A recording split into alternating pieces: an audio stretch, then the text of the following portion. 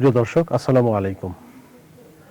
পবিত্র মাহে রমজান উপলক্ষে দৈনিক নয় দিগন্তের নিয়মিত আয়োজন রমাদান দিগন্তে আপনাদের স্বাগত জানাচ্ছি। আমি মোস্তাফিজুর রহমান। আজকের আলোচনার বিষয় রমজান শেষে শাওয়ালের রোজা। এ বিষয়ে আলোচনার জন্য স্টুডিওতে উপস্থিত হয়েছেন দৈনিক নয় দিগন্তের ইন্টারন্যাশনাল ডেস্কের ইনচার্জ এবং মাদ্রাসা দারুর রাশাদ এর শিক্ষা পরিচালক মাওলানা লিয়াকত আলী। মোহতারাম, আপনাকে স্বাগত জানাচ্ছি আজকের অনুষ্ঠানে। ধন্যবাদ। আমাদের আজকের আলোচ্য বিষয় রমজান শেষে শাওয়ালের রোজা। তো আমি আপনার কাছে প্রথমেই জানতে চাই যে শাওয়ালের রোজা রাখার ইসলামের দৃষ্টিতে শাওয়ালের রোজা রাখার গুরুত্ব এবং এর ফজিলত কি? নাহমাদুহু ওয়া নুসাল্লি আলা রাসূলিহিল কারীম, আম্মা বাদ। রমজানের পরের মাস হচ্ছে শাওয়াল মাস এবং শাওয়ালের প্রথম তারিখ আমরা ঈদুল ফিতর আদায় করি। এটাই আল্লাহ রসুলের বিধান, ইসলামের বিধান। তো শাওয়ালের জন্য বেশ কিছু বিষয় আমাদের চিন্তায় রাখতে হবে।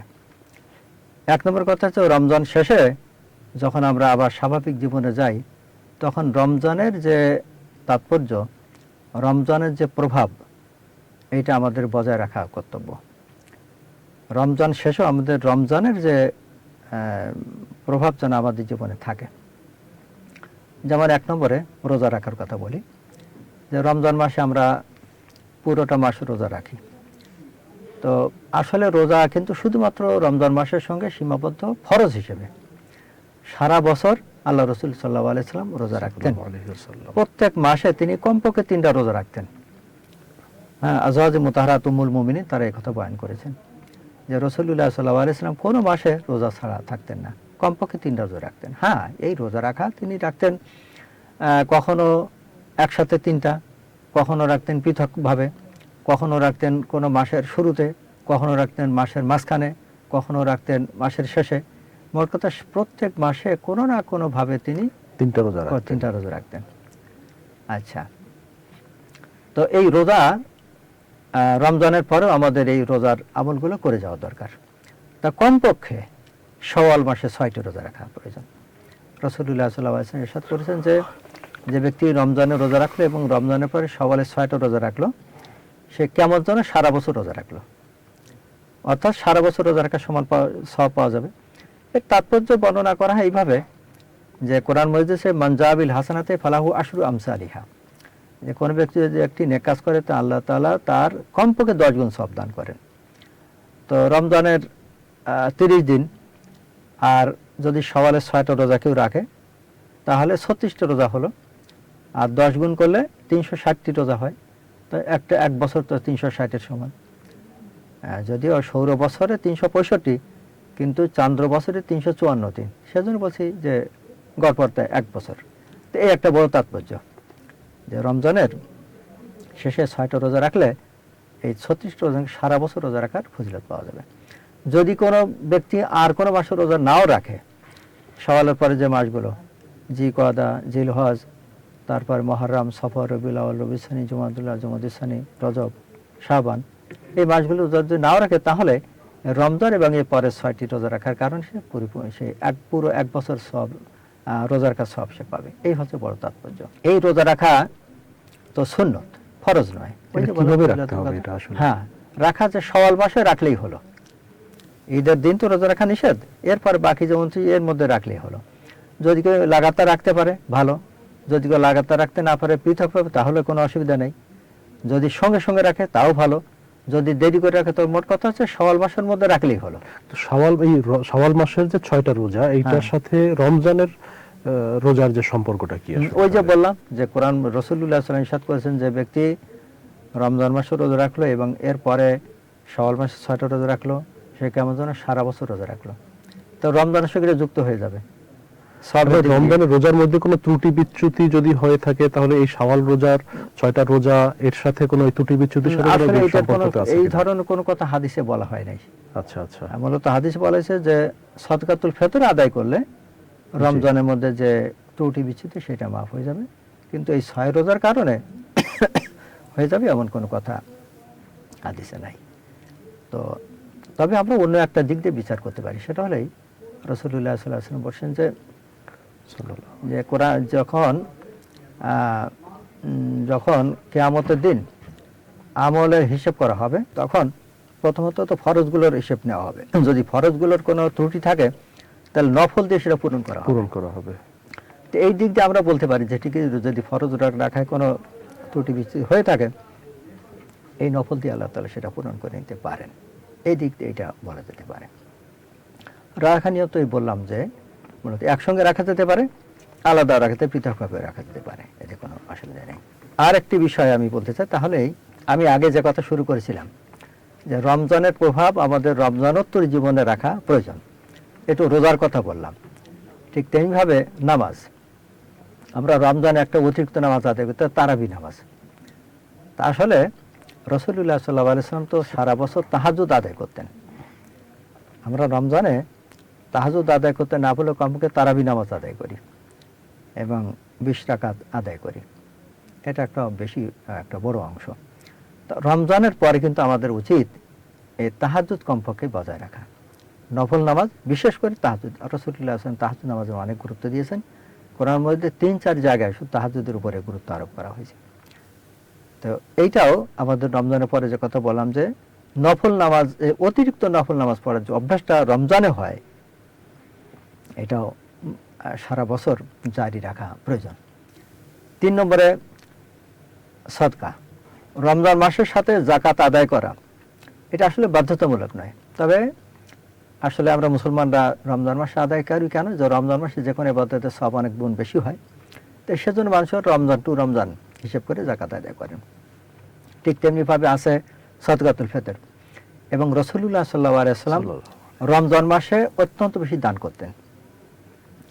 এমনি তো তিনি অত্যন্ত দানশীল ছিলেন, আর রমজান মাসে তার দানের হাত আরো বেড়ে যেত।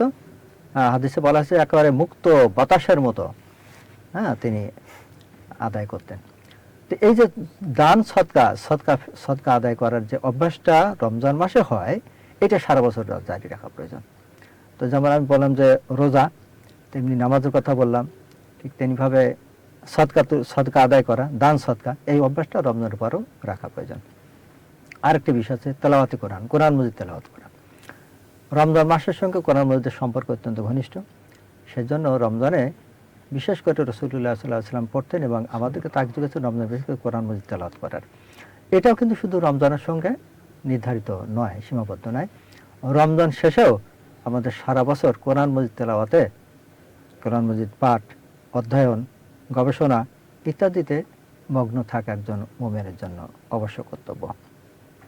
আরেকটা হচ্ছে তাসবিহ, তাহলিল, ইস্তেগফার, তাসবিহ, এটাও একজন মুমিনের জীবনের সঙ্গে খুব ঘনিষ্ঠভাবে সম্পর্ক। একজন নেককার মুসলমানের পরিচয় হলো যে তার তাসবিহ তাহলিল জারি রাখা এবং ইস্তেগফার জারি রাখা। রমজান মাসে আমরা এদিকে মনোযোগী হই, আলহামদুলিল্লাহ। রমজানের পরেও এগুলো আমাদের জারি রাখা প্রয়োজন।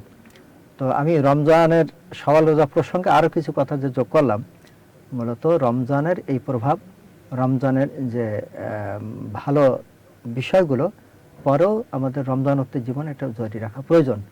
এই হচ্ছে আমাদের সওয়াল রোজার সঙ্গে সম্পর্কিত করে বললাম। এগুলো অত্যন্ত জরুরি বিষয়। এগুলো আল্লাহ তাআলার কাছে তৌফিক চাওয়া দরকার, যেন আল্লাহ তাআলা আমাদেরকে বজায় রাখার তৌফিক। এক্ষেত্রে এই শাওয়াল মাসে রোজা রাখার কোনো নির্ধারিত নিয়ম আছে কিনা, যে আমাকে একসাথে 6টা রোজা রাখতে হবে, কিংবা মাঝে একটু গ্যাপ দিয়ে রোজা রাখতে হবে, বা শুরুতে রাখতে হবে, মাঝে কিংবা শেষের দিকে? এই বিষয়ে কোনো নিয়ম আছে কোনো কিনা? বাধ্যতামূলক নাই। শাওয়াল মাসের মধ্যে রাখলে 6টা রোজা রাখলে হলো। কেউ যদি মনে করি যে ঈদের পরের দিনকে 6টা রেখে দেবেন, কোনো অসুবিধা নেই। কেউ যদি মনে করেন যে আমি কয়েকদিন বিশ্রাম নিয়ে তারপর রাখবো, তাহলে রাখতে পারেন। লাগাতার 6টা রোজা রাখতে পারেন, পৃথকভাবে রাখতে পারেন। মোট কথা হচ্ছে শাওয়াল মাস শেষ হওয়ার আগে এই 6টি রোজা শেষ করতে পারলে ভালো হয়। ভালো হয়, আমরা করতে হবে। এই রোজা তো নফল রোজা, এটা ওয়াজিব কিংবা ফরজ না। ফরজ না। এই জন্য কেউ যদি দুর্বল হন, তার জন্য তার সুবিধা অনুযায়ী যে কোনো সময়, শুধু বাধ্যবাধকতা হচ্ছে যে শাওয়াল মাসের মধ্যে রাখতে হবে। শাওয়াল মাসের মধ্যে রাখতে, শাওয়াল মাস শেষ হওয়ার পরে আর তাহলে এই ফজিলত পাওয়া যাবে না। এই ফজিলতটা পাওয়া যাবে না। শাওয়ালের পরে যদি রোজা রাখে তাহলে সেটা নফল রোজা হিসাবে কাউন্ট হবে, বাট শাওয়ালের যে ফজিলত, এই ফজিলতটা পাওয়া যাবে না। এটা আর কি। আচ্ছা, এখন আরেকটা বিষয় হচ্ছে যে যদি কেউ শাওয়ালের রোজা না রাখে, সেক্ষেত্রে কোনো গুনাহ হবে না? এক্ষেত্রে কোনো হাদিসের রেফারেন্স? কোনো গুনাহ হবে না। এই ব্যাপারে কোনো কথা যে বলেন যে এটা তো ফজিলতের নফলের জি। নফল রোজা, অতএব কেউ যদি রাখতে না পারে তাহলে এটা সম্পূর্ণ ঐচ্ছিক বিষয়। আচ্ছা, এখন গেল শাওয়ালের রোজা সম্পর্কে, কিন্তু শাওয়াল মাসের বিশেষ কোনো আমল আছে কিনা? আর কোনো আমল, রমজান আর কোনো আমল বিশেষভাবে কোরআন হাদিসে বলা হয় নাই। যে রমজান মাস স্বাভাবিক, শাওয়াল মাস স্বাভাবিক একটি মাস, শুধুমাত্র এই যে 6টি রোজা রাখার জন্য যত্নবান হওয়া, চেষ্টা করা, এইটাই। এছাড়া এটা শাওয়াল মাসের সঙ্গে সম্পর্কিত আলাদা কোনো আমল নাই। আপনি বলেছেন যে শাওয়াল মাসের রোজা হচ্ছে 6টি, কিন্তু কেউ যদি এই মাসে আর একটু বেশি রোজা রাখে, 6-এর জায়গাতে 7টি, 8টি কিংবা 10-12 আরো বাড়িয়ে রাখে, সেক্ষেত্রে কোনো সমস্যা আছে কোনো কিনা? সমস্যা তো নাই। নফল, এটা নফল হিসাবে নফল ইবাদত যে বেশি, যত বেশি করতে পারে ততই ভালো। হ্যাঁ, রাসূলুল্লাহ সাল্লাল্লাহু আলাইহি ওয়াসাল্লাম যে একটা সীমা দিয়েছেন 6টি, এটা হচ্ছে মিনিমাম। অতএব কেউ যদি বেশি রাখে কোনো, কিন্তু হ্যাঁ একথা মনে রাখতে হবে যে এই বেশি রাখা এইটা কিন্তু শরীয়তের পক্ষে তো আদেশ ছিল না, এই কথা মনে রাখতে হবে। কেউ যদি নিজের উপর আদেশ, কেউ বাধ্যতামূলক করে নেন, এটা আবার তার নিজের ব্যাপার। এটাকে শরীয়তের সঙ্গে, শরীয়তের হুকুম বলে এটাকে গণ্য করা যাবে না। নিয়ম অনুযায়ী শাওয়াল মাসে 6টি রোজা, 6টি রোজাই, হ্যাঁ। এরপরে যদি বেশি রাখতে চায় সেটা অসুবিধা নেই, অসুবিধা নেই, কিন্তু সেটা অনুমতি আছে, নফল হিসাবে নফল গণ্য বলেই হবে। গণ্য হবে। আর নফল ইবাদত তো কোনো সীমা নাই, যে যত যে করতে যত পারে। রাখতে পারে আর হ্যাঁ, কি। ফরজ, ওয়াজিব, সুন্নত এই ক্ষেত্রে সীমাবদ্ধতা আছে, যে যা আছে আল্লাহ রাসূল যেভাবে বলছেন ঠিক সেভাবে আদায় করতে। সেই আরেকটা বিষয় হচ্ছে যে রমজানে তারাবিটা বাধ্যতা, মানে তারাবি পড়া হয়, আদায় করা হয় এটা, কিন্তু শাওয়ালের জন্য কি এভাবে কোনো শাওয়ালের রোজা রাখতে হলে কোনো নামাজ না, বা এই আলাদা ধরনের কোনো কিছু? নামাজ নেই। আলাদা এই কোনো যে নামাজ তারাবি নেই। বলছে আমরা জি। রমজানে যা আদায় করি, এটা রমজানের সঙ্গে সম্পর্কিত। রমজানের পরে যদি কেউ শাওয়ালের রোজা রাখেন 6টা, এর জন্য আলাদা কোনো নামাজ নাই। বা শুধু শাওয়াল না, এর পরেও যে প্রতি মাসে আল্লাহ রাসূল 3টা করে রোজা রাখতেন, বিশেষ করে আইয়ামে বীজ, মানে হচ্ছে 13, 14, 15, জি। প্রত্যেক চান্দ্র মাসের এই 3 দিন আল্লাহ রাসূল প্রায় রোজা রাখতেন এবং আদেশ করেছেন, এই উৎসাহ দিয়েছেন। সেজন্য এই রোজা রাখার সঙ্গে কোনো আলাদা কোনো তারাবি বা আলাদা তাহাজ্জুদ নাই, এর সঙ্গে সম্পর্কিত না। তো তাহাজ্জুদ নামাজটা তো আমাদের মনে হয় যে রেগুলারই পড়া যেতে রেগুলার পারে পড়া আর কি। উচিত। পড়া এটা উচিত আল্লাহ আর কি। রাসূলের খুব উৎসাহ, আল্লাহ রাসূল খুব তাগিদ করেছেন। নফল ইবাদতের মধ্যে সবচেয়ে গুরুত্বপূর্ণ নামাজ হ্যাঁ, হচ্ছে নফল নামাজের মধ্যে যত নফল নামাজ আছে তার মধ্যে সবচেয়ে ফজিলতের নামাজ হচ্ছে তাহাজ্জুদ। তাহাজ্জুদ নামাজ। জি। অসংখ্য ধন্যবাদ আপনাকে এতক্ষণ সময় দেওয়ার জন্য। আপনাদেরকে ধন্যবাদ, এবং যারা দর্শক দেখলেন, শুনলেন, তাদেরকেও অসংখ্য ধন্যবাদ জানাচ্ছি। প্রিয় দর্শক, আমরা অত্যন্ত গুরুত্বপূর্ণ একটা বিষয়ে আলোচনা শুনলাম। আমাদের এতক্ষণ পর্যন্ত আলোচনা পেশ করলেন দৈনিক নয় দিগন্তের ইন্টারন্যাশনাল ডেস্কের ইনচার্জ এবং মাদ্রাসা দারুল রাশাদ এর শিক্ষা পরিচালক মাওলানা লিয়াকত আলী। আবার শেষ করছি, এতক্ষণ পর্যন্ত আমাদের সাথে থাকার জন্য আপনাদেরকে ধন্যবাদ জানাচ্ছি। আগামীতে আবার দেখা হবে অন্য কোনো বিষয় নিয়ে। সবাই ভালো থাকুন, সুস্থ থাকুন, সেই কামনা করছি। আল্লাহ হাফেজ। আসসালামু আলাইকুম।